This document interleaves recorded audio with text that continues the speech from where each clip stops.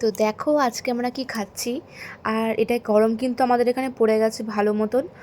আর তো বেশি দিন আমি থাকবো না এখানে। এখানে বেশ গরমটা খুব ভালোই, মানে 2-3 মাস হয়তো ভীষণ গরম পড়ে, তাছাড়া সারা মাসটা বসন্তকাল মতনে থাকে।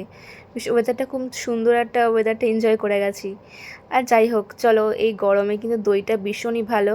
আর বাবির জন্যে আর ওর বাবার জন্য একটু গুড় মিশিয়ে রেখেছিলাম দইটায়, আর আমি একটু নুন দিয়ে খেয়েছিলাম। তো গরমে সবাই দই খাও, দইটা খুবই উপকারী জিনিস। কি খাচ্ছ? দই খাচ্ছ? বাবির দই ফেভারিট, তাই না?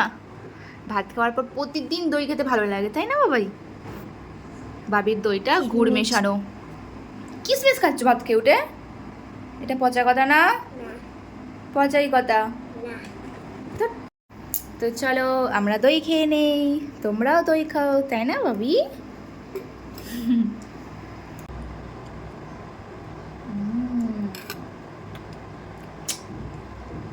থ্যাংক ইউ বাবাই, আমার সোনা বাবাই না এটা।